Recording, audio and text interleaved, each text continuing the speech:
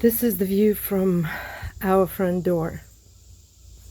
And viburnum, this is a Kilimanjaro sunrise. It's more vertical than horizontal, different from other viburnums.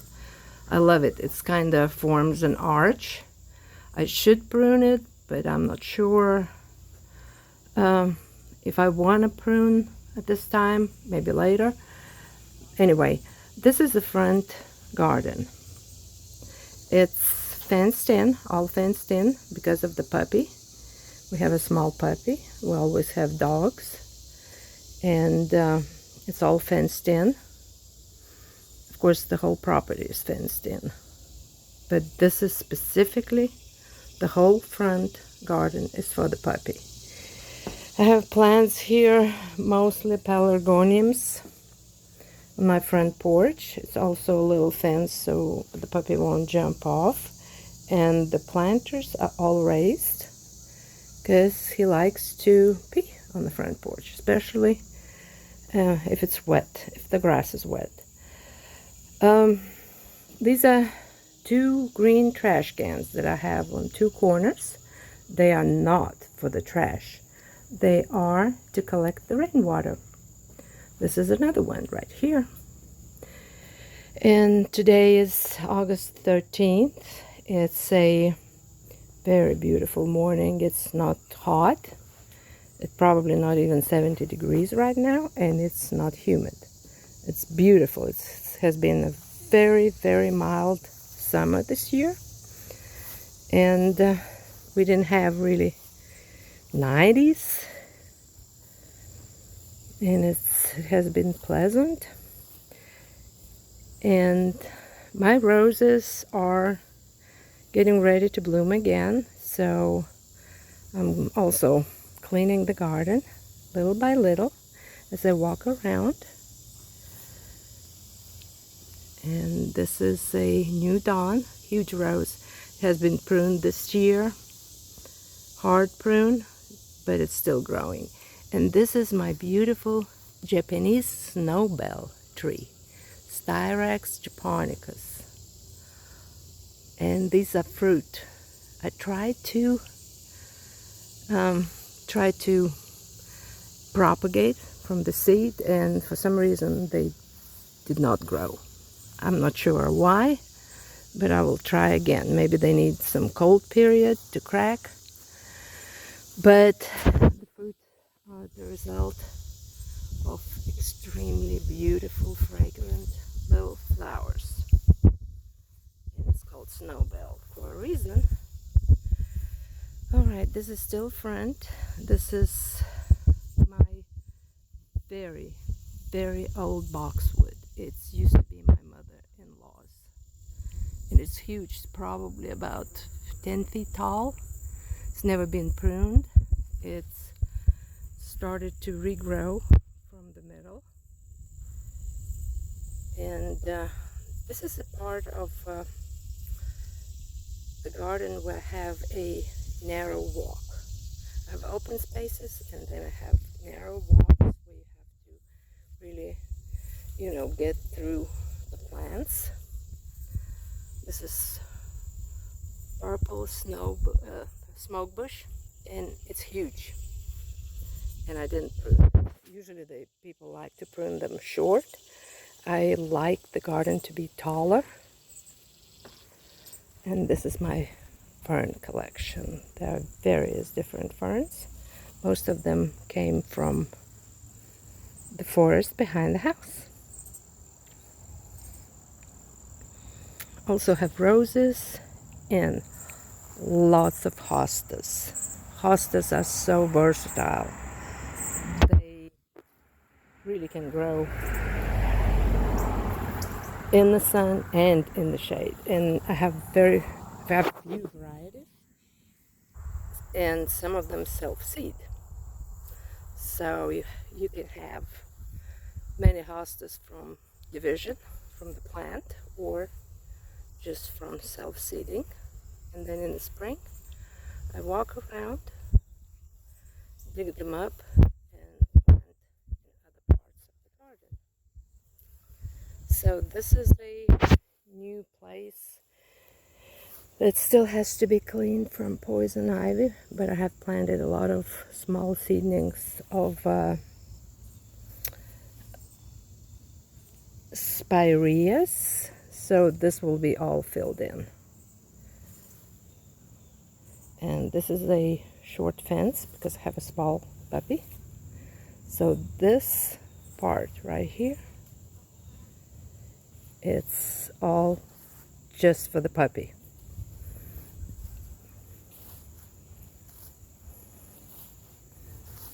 And then I have a gate that we open when we mow the garden. And I also like to have a different views in different directions. Sort of like if you stand in one spot and you can just turn around and there will be a certain view, like a bed or an alley. This part was dug up about a couple of seasons ago, so it's already filled in very nicely. And this is a beautiful rose. It's called Da Vinci. I have other roses. They will bloom again. Most of my roses are repeat bloomers. This one right here is Climbing James Galway. I have two of them. Probably one of my favorite roses. No disease or bugs attack it. And these are two viburnums, and they both are Kilimanjaro Sunrise. They're tall and they're more slender than the regular viburnum plicatum variety.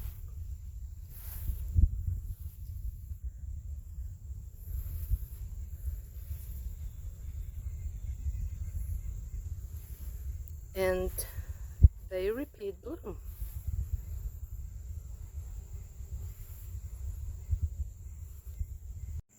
And this will be another part of my garden.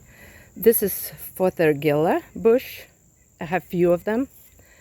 I love them, not just for their, like fluffy blooms in spring. And bugs and bees love them.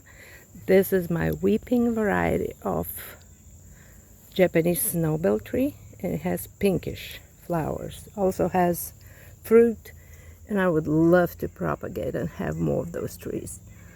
Let me see if I can show. It's the fruit.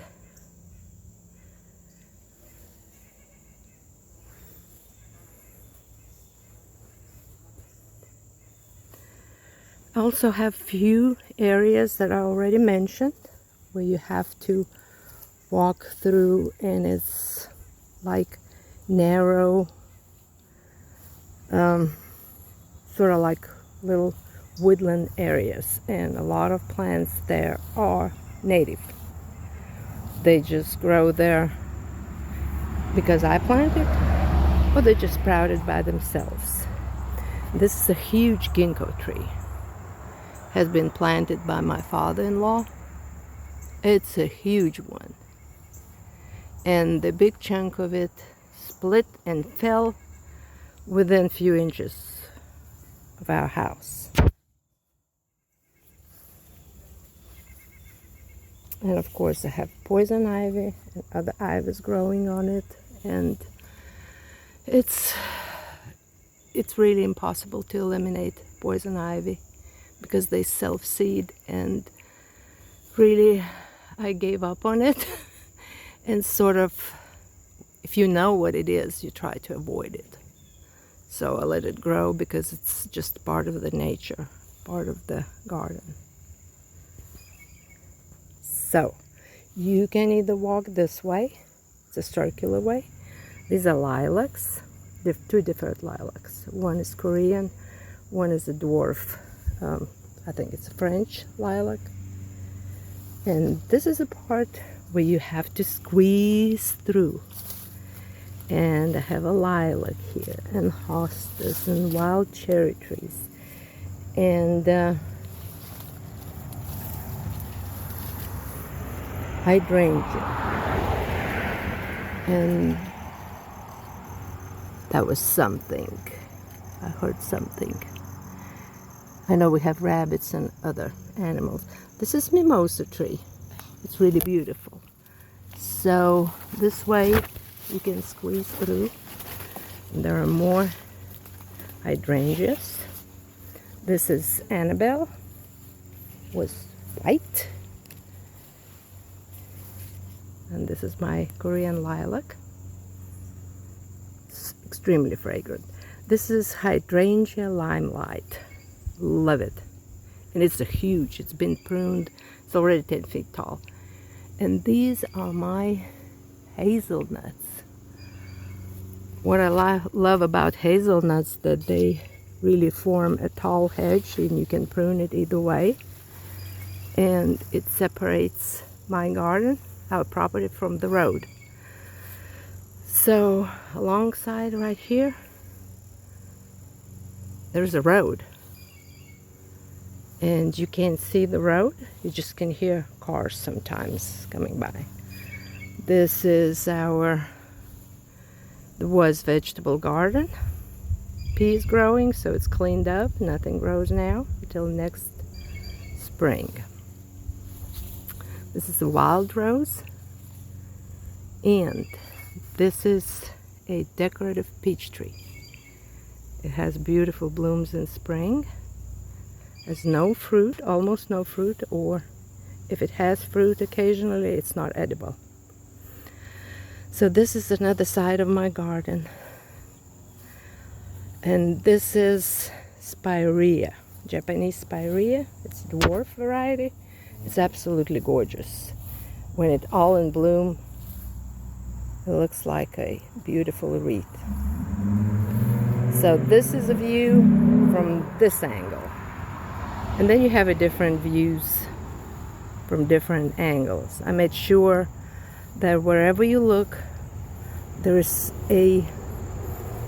like a different composition. It's like a different, like in a painting. And this is my patio. All the stonework was done by me. My husband will bring stones and I would just lay them. Some of them so huge that I had to really push and roll them. This one probably was a foundation somewhere from some old house. He finds all kinds of things. So this is kind of two half circles come together, and this is a path, so you can go all the way through. This is my dogwood tree, and this one is a wisteria. So what happened? This wisteria was planted in a different place. It used to be apple tree here, old apple tree. We had to cut it down, and we decided that we don't want wisteria because it takes over everything. And we cut it down, and it started to sprout all over this garden. So we didn't want to fight it because we would lose the fight. It will sprout somewhere. So we decided to let it grow on this old cherry tree. It still sprouts in different places, so you have to pull them out so they won't grow just anywhere. And this is a seed pod.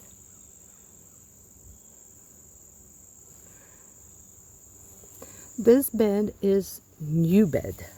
I had few bushes here and they were disjointed, disconnected, and it was difficult to mow. So in order to make it easy for my husband to mow on a tractor, I connected and built a new bed, which has lavender, has strawberries, chamomile tea.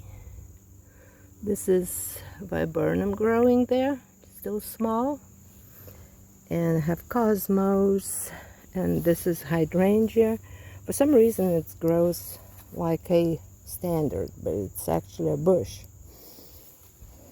So I had to really secure with a post so it won't tip over. And it's probably berries and cream, if I'm not mistaken. This is a lilac. It's Beauty of Moscow. It's still small. And I have lots of columbines and stilbees and lady's mantle. These are just usually ground cover for me. And very soon we won't be able to see the mulch. I hate seeing mulch. So this is the only bed that looks like that. It's like plants separated from each other. This is a Persian lilac. Beautiful, different from regular. And this one is Korean, Little Miss Kim. And these are hostas, so this is all planted this year. And this will form an alley. This is a cherry tree, this is a pear tree, spireas on the sides. I like spireas. And there are probably about 4 or 5 different spireas. They're all Japanese spireas because they're small and very manageable. Even so, I have a big spireas too. And this is my orchard. This is a Golden Delicious. I have 2 varieties. I had more, but we cut down a couple of them because they were not non-productive trees, and the apples really were not that good. So this is Honeycrisp. Absolutely love it. And this is the first year when we have so many apples on this one particular tree. And these other ones are Golden Delicious. And I also have a new bed, new strawberry bed. And next year we will have beds made for herb teas. This is my orchard. This is a new cherry tree. It's only 2 years old. So it is going to be like this. It's dwarf variety and they're yellow cherries, sweet cherries. This is Viburnum plicatum. And over there, I don't know if you can tell, but it's Chinese dogwood. Hostas, and I have other dogwoods. They're red twig dogwoods. So this is Korean lilac. And this bowl has water for birds.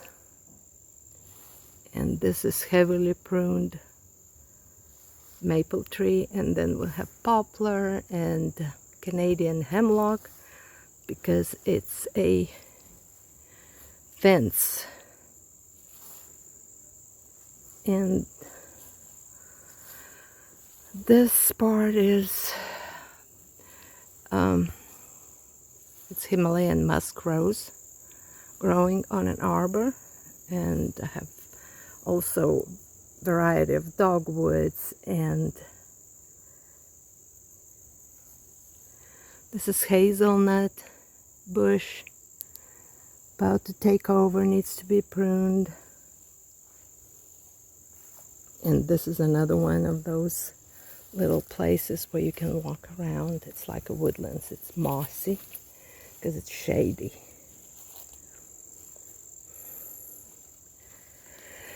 And this is where our 2 dogs are buried. We have lots of dogs buried in this garden, so it's kind of memorial place for our pets.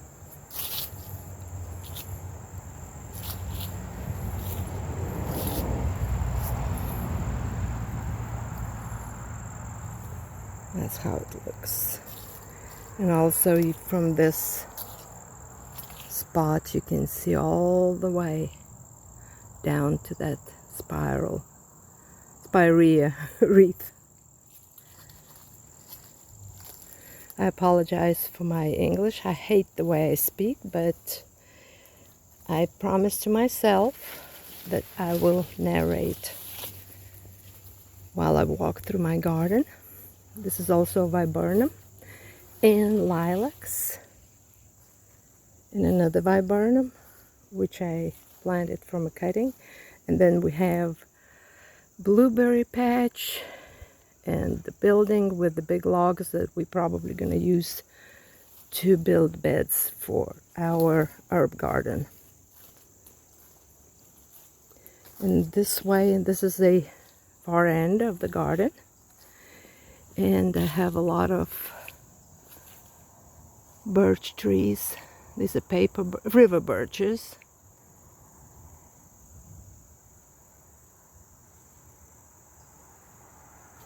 And trees. The reason I planted this tree grove, it used to be an old orchard which we had to cut down because the apples were not edible and the trees were old and diseased.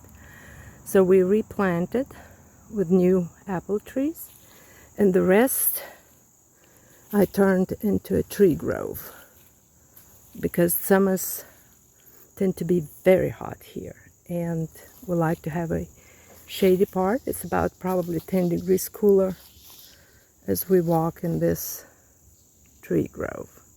And this year I planted a lot of ferns, as you see, so every tree will have something growing under. Just different varieties of ferns. This is a new sweet bush, and it overlooks the woodland side of the garden, and the trees are so huge. These are old trees, oaks and maples and poplars. They're incredibly huge. I've never seen trees that big. And this is the patio. This was probably one of the oldest parts of my garden when I moved to this property. We lived in the mountains in old hunting cabin, and my Tom's dad, my husband's dad, lived in this house. He built this house, and this house is completely rebuilt from inside, and I did the work. I will show one day what I did. I learned to build the walls, I learned the carpentry, build my own library, and learned the plumbing, and I did my all plumbing in the house. My husband did electric work, so both of us rebuilt the house. And I enjoyed every minute of it. It was hard, but it was absolutely pleasant that everything is done just by us. And all of this garden is planted by me. I never gardened before in my life. I lived in Lithuania when it still was part of Soviet Union. It was occupied by Russia.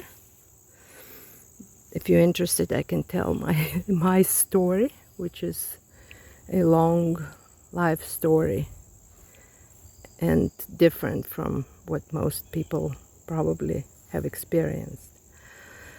So anyway, I never gardened before, had no clue how to do it, and started by just sticking plant in the ground, and of course nothing came out of it, nothing grew.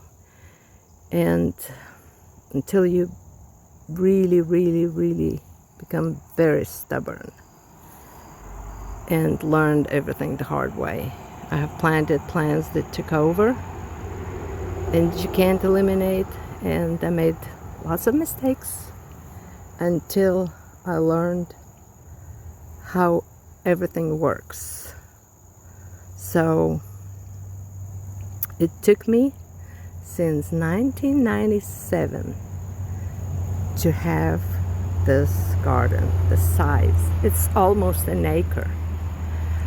It did not start with any particular plan. It just, I went as I go until later when I started planning around what I already have done here. These cosmos are probably 6 feet tall, probably 7. I moved some roses, so this is a new part.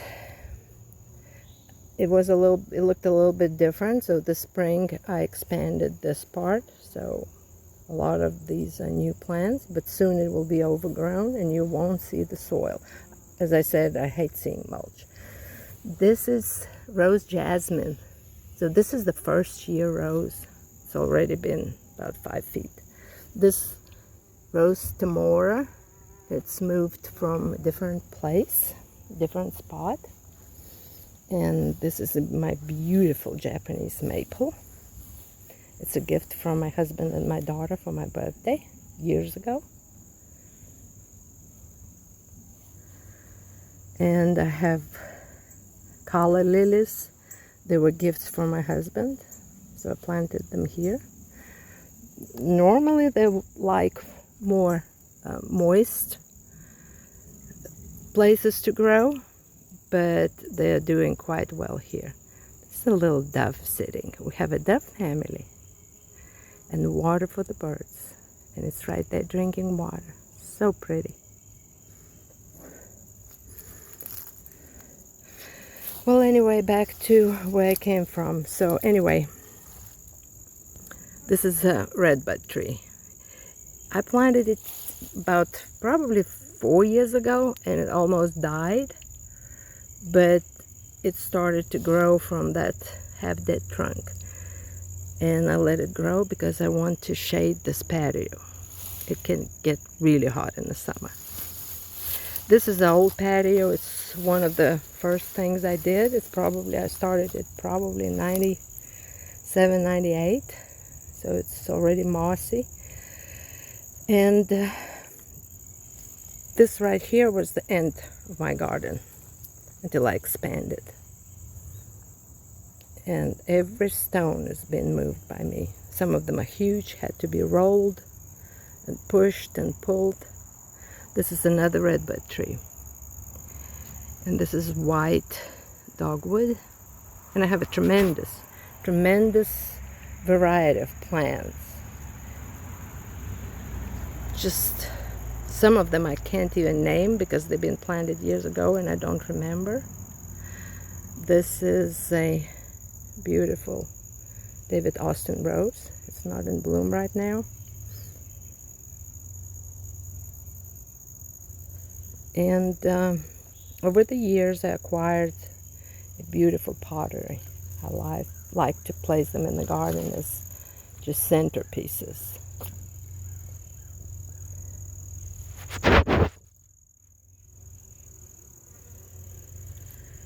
This is probably the most fragrant rose ever. It's called Winter Sunset. It's super hardy, very healthy rose. And this is Judas the Obscure. The vine on the house is a Clematis montana. Oh, it just grows all over. I need to probably climb and just prune a little bit, trim a little bit. And this is very beautiful rose. It's called Folk Singer. It's not David Austin rose. I forgot. Maybe it's Cordes. I'm not sure. And this is Heritage, David Austin's rose. And then I have another container over there. It's new. And these roses are ready to bloom again. It's Olivia Austin. This is Earth Angel. It's a new rose, just planted this year. I used to have here a huge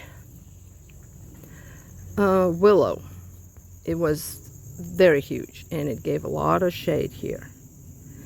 And one winter it split in two and broke. So there is a stump over there. It's overgrown, you can't see. And this is a new one. I planted another one because I love that willow. It's beautiful, it's different, it gives different texture.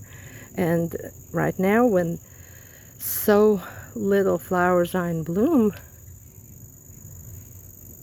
you can see the textures, all that greenery, the leaves, even the daylilies when they quit blooming, the leaves look beautiful. and the hostas, everything looks beautiful. I read somewhere, I'm not sure who said this, could be Sir Roy Strong, who is my idol. I really, when I read his book about how he started his garden, The Lasket, he became my hero. I'm not sure if he said it, so I'm afraid to really pin that quote to him, but somebody said that the garden should look good at any time of the year, in bloom and when not in bloom. And I agree. So when that willow was cut, planted the small one, and also planted this redbud tree just for the shade, so I can have shade here if I want to come in the summer. And that redbud's gonna get bigger, so it sort of is gonna be like, and I'm not sure, like you would have a gazebo, but it is going to be a live gazebo. And then you have another walk here from my patio. We have ferns of every kind. I divide plants constantly every year, so I can have lots of them everywhere. And the way I plant them, I have lots of ground cover, which is basically different types of wild violets, so I don't have to weed. So I almost have no weeds in my garden, so that saves a lot of time. Everything looks more natural and more lush than it would otherwise, because I really hate mulch. In spring, I leave a lot of leaves on my garden and let them rot right there where they're at.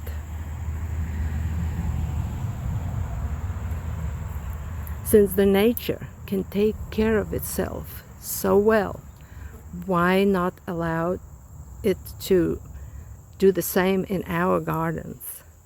So not everything has to be pruned perfectly or clipped perfectly, just certain things. This is also my row of various spireas. They're all Japanese spireas, so they're dwarf, but they're different height because they're all different. Some of them have really pale flowers, some of them have brighter flowers.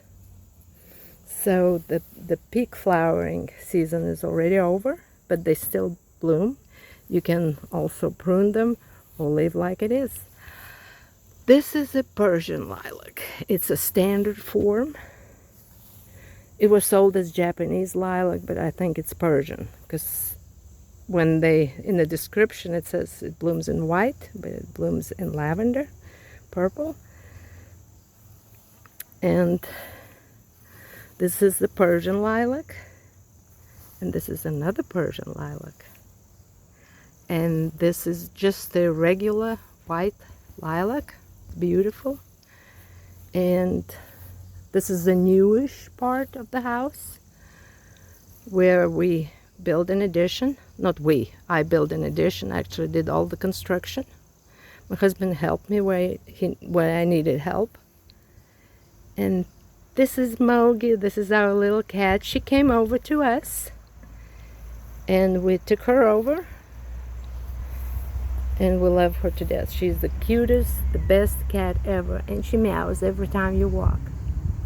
So this little patio, the reason we tiled here, because we have a sewer pipe going from here all the way through here, and behind this little barn there's a septic tank. It's really very old and it's below the hill. It's all our property, the woods and everything. It's about 3.5, maybe 4 acres, but most of it is unusable because it's steep drop down the hill.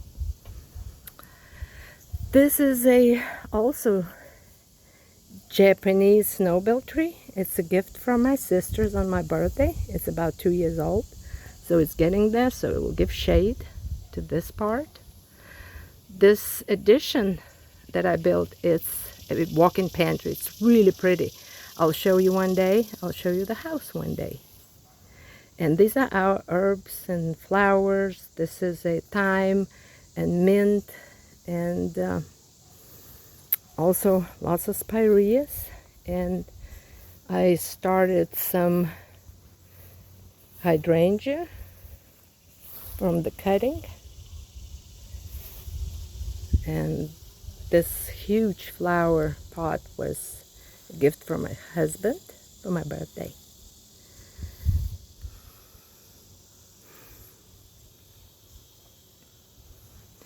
This is the back or woodlands garden, part of the woodlands garden. Have various bushes, evergreens. Some of them we bought a potted, it's pine trees, not really pine, but they were small. So we didn't throw away. So after Christmas, we just planted them here, and they form a hedge. And these are, I forgot. But anyway, down below there is a house. When it's in the winter, you can see the house over there below, way far away. This is Korean lilac. It's huge, and in spring is absolutely gorgeous, and it smells so good. The whole yard smells like lilac, and it's usually loaded with butterflies. These are my mother-in-law's phloxes. She started them, and they just self-seed. And this beautiful rose, it's a huge bush. And I started somewhere 2 new rose bushes. This is a scarlet Maitland, and it's usually loaded. It's a little bit restarting to bloom. And the small, tiny, velvety scarlet red flowers, beautiful. So I'll have 2 new bushes that I started here. So I'll have to think where to plant them. This is another Korean lilac. So this defines that edge where the property goes steep downhill. And I have a woodlands garden here. We have placed rocks, and these are like steps. You can go down, down, down, down, down, down there, all the way to these trees. And I have spireas here, and hostas, and the wild raspberries, black raspberries growing everywhere, and ferns. And there is another batch of hazelnuts, and it's just spectacular. And the trees are so big. They're beautiful.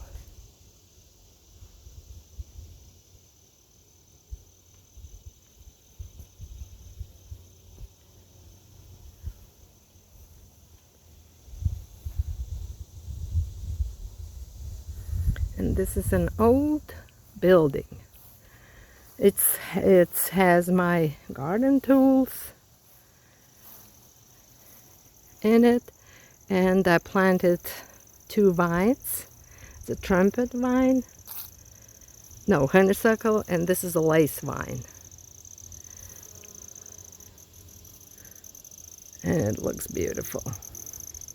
I love it. There's a cat sitting there, probably hunting.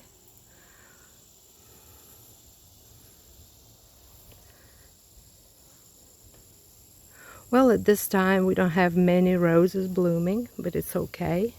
Some of them are reblooming.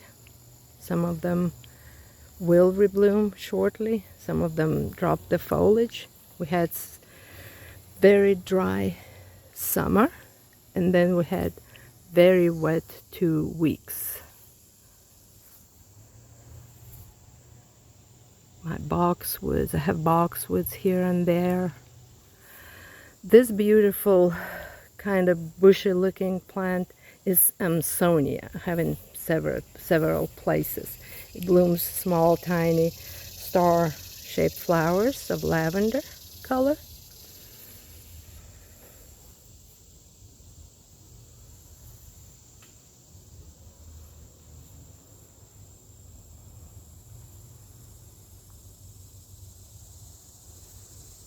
And I'm gonna walk towards that circular bed.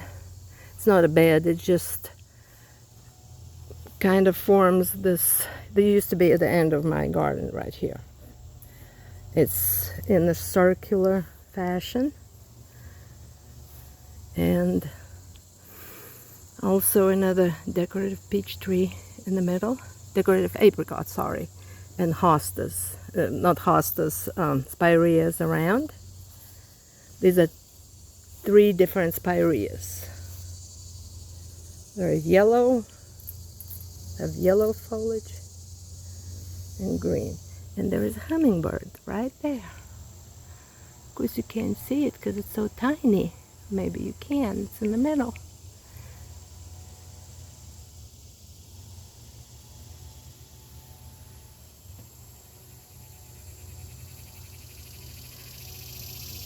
And as you hear, these are fall cicadas. Love that it's part of this country. The noises of nature. This is a beautiful red. It's red Eden. So it's gonna bloom right here. And this rose is called Savannah. It's huge. This is about 6 feet tall right now, and it was cut hard to the ground because it's not winter hardy. Also, I never cover my plants for the winter.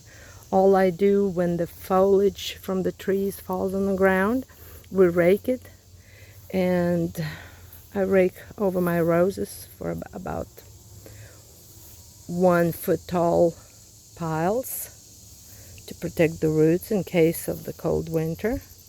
But we haven't had a very cold winter yet. And every rose survives. And my philosophy is just like in nature. If it survives, it has to survive. If it doesn't, it doesn't, then it goes away. So there is no room for any wimpy plants that I have to protect or baby in special way,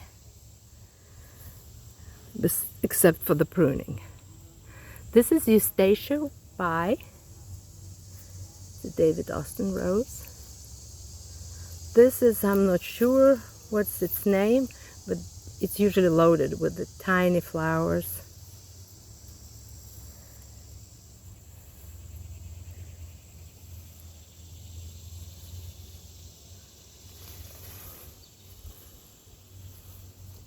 Beautiful trunk of the tree, moss growing.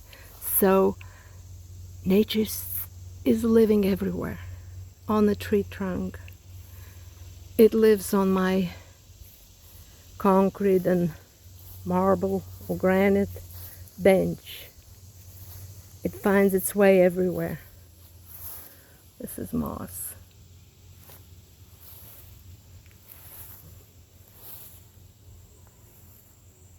And that's the beauty of everything, of life, beauty of life, that it finds the way.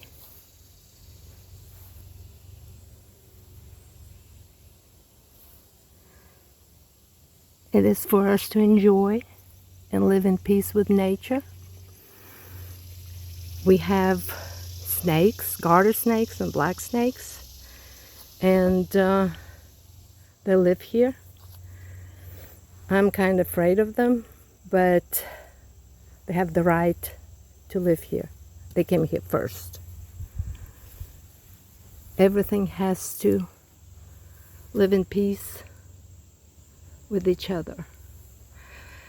Also, don't use chemicals, don't spray anything with anything. My apple trees are all organic, never seen a chemical. They may not look very pretty, but they're clean.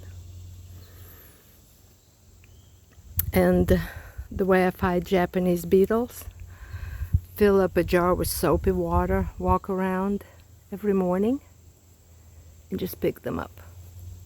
And they drown in that soapy water. So that's probably the only killing sin I commit. But other than that, everything is natural. And just like some weeds that we can live with, and there's no reason to tailor everything to one's own thinking.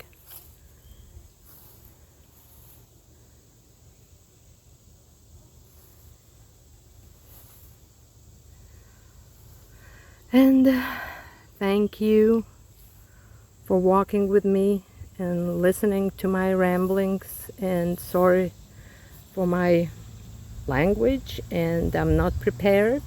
I was not prepared to talk, but I thought that I just have to do it one day,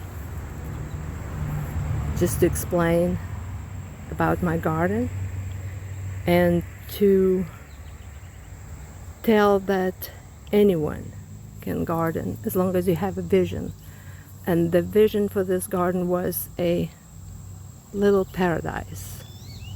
So when you come here to this property, it will transport you to an entirely different world, your own world. And your own world can be beautiful. It takes time and effort, but it's also pleasure. And also, I would like to brag about it, that I take care of my garden all by myself. My husband only mows the lawn. The lawn has a variety of different grasses, including clover. Clover is good for the bees. And till next time, let me know what you think. Let me know what you think about my ramblings and my garden. I hope you enjoyed. I'll tell a story why I decided to plant this garden, not only just to live in a beautiful environment that is good for your soul and for your body, but the backstory of it. Until next time.